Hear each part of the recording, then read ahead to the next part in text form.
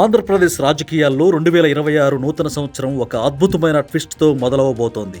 గత ఎన్నికల్లో 11 సీట్లకే పరిమితమై గడిచిన 18 నెలలుగా తాడేపల్లి ప్యాలెస్ నుండి బెంగళూరు ప్యాలెస్ వరకు మంగళవారం రాక గురువారం పోక అన్నట్లుగా సాగుతున్న జగన్ గారి షటిల్ సర్వీస్ కు ఇక ఫుల్ స్టాప్ పడనుందట. సంక్రాంతి పండగ అయిపోగానే ఆయన ఏకంగా 6 నెలల పాటు ప్రజల్లోనే ఉంటారని వైసీపీ వర్గాలు ఒక పవర్ఫుల్ లీక్ ఇచ్చాయి. కూటమి ప్రభుత్వం అధికారంలోకి వచ్చి 2 ఏళ్లు కావస్తున్న వైసీపీ నేతలు మాత్రం ఇంకా సిట్టు విచారణలు, కేసుల భయంతో కలుగుల్లోనే కాలక్షేపం చేస్తున్నారు. జగన్ గారు స్వయంగా రోడ్డు మీదకు వస్తే తప్ప ఈ మాజీ మంత్రులు, మాజీ ఎమ్మెల్యేలు బయటకు రారని అధిష్టానం డిసైడ్ అయింది. ప్రధానంగా సూపర్ 6 హామీల అమలులో వైఫల్యం, విద్యుత్ ఛార్జీల పెంపు, శాంతి భద్రతల పరిస్థితిని రాజకీయ అస్త్రాలుగా మలుచుకునే ప్రయత్నం చేస్తున్నారు. ఉత్తరాంధ్ర నుండి కుప్పం వరకు యాత్ర చేయబోతున్నారట.